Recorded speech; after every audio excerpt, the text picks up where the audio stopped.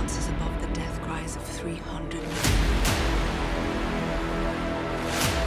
Spartans, the finest soldiers in the world. Achievement is ever known. What do you do when you are completely, hopelessly outnumbered? When the challenge in front of you isn't just a hurdle, but a tidal wave threatening to sweep you away? We all face these moments, where the sheer scale of our problems feels crushing. King Xerxes of Persia, a man who saw himself as a god, had assembled the largest army the world had ever seen. Ancient historians described a force so vast, it drank rivers dry as it marched. This was not a war, it was an erasure. His target, the fractured, bickering city-states of Greece. For most of Greece, the choice was simple: bow or be broken. Many states submitted. Athens and Sparta, however, refused. Before this invasion, King Leonidas of Sparta consulted the oracle at Delphi. The prophecy was grim.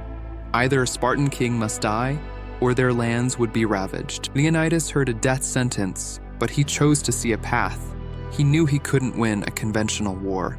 He needed to change the rules of the game.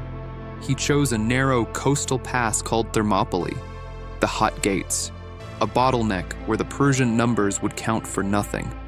And to hold this pass, he chose just 300 of his own royal guard. 300 men, who all had living sons, to ensure their family lines would not be extinguished. To understand why these 300 were so formidable, you must understand where they came from. A Spartan male was not a person. He was a component of a weapon. From the age of 7, he was taken from his family and entered the agoge, a brutal state-sponsored training regimen designed to forge unbreakable soldiers. They were taught discipline over comfort, the state over the self. They learned to fight not as individuals, but as one single organism, the phalanx. A wall of overlapping bronze shields, a hedge of iron-tipped spears. This shield wall was their secret weapon. Each man's shield didn't just protect himself, it protected the man to his left. It was a physical manifestation of trust and collective responsibility. To drop your shield was the ultimate disgrace. For 3 days at Thermopylae, this training paid off. The Spartans, with a few thousand Greek allies, held the pass. Xerxes, watching from a nearby hill, threw wave after wave of his soldiers at them, including his elite guard, the 10,000 immortals.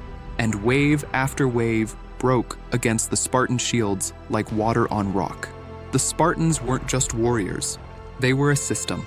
But a wall is only as strong as the ground it's built on.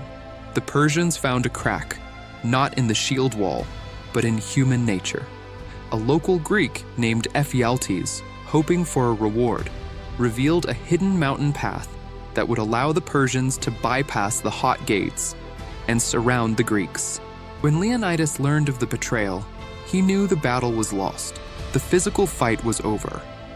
He ordered the bulk of the Greek army to retreat, to save themselves to fight another day. But he and his 300 Spartans remained, along with 700 Thespians, who chose to stand with them. Why? Why stay and fight a battle you know you cannot win? Because Leonidas understood the prophecy. He understood his true purpose. He was not there to win the battle. He was there to defend the pass.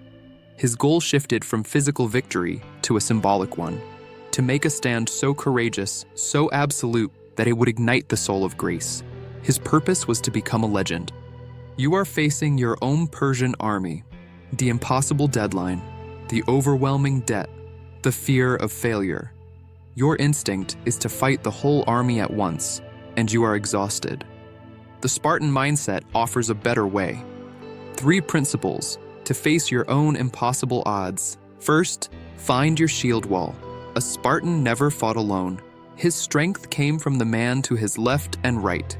Who are the people who protect you? Your family, your mentors, your trusted friends. Stop trying to be the lone hero. Lean on your support system. Your collective strength is your greatest defense. Second, know your terrain. Leonidas chose Thermopylae to nullify his enemy's greatest strength. Where is your Hot Gates? What is the area where your unique skills and talents give you an unfair advantage? Stop fighting battles on ground where you are weak.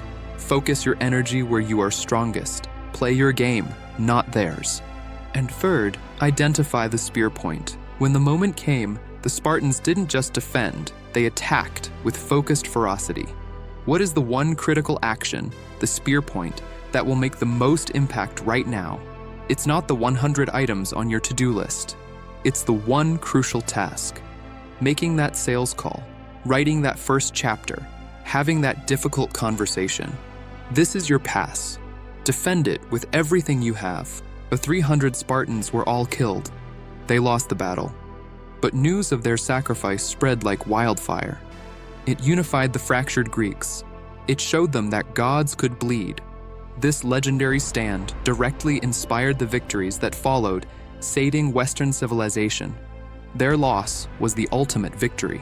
So look at the army in front of you, and instead of feeling overwhelmed, ask yourself the 3 Spartan questions.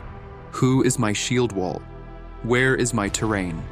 And what, right now, is my spear point? Answer that, and you'll find you're never truly outnumbered.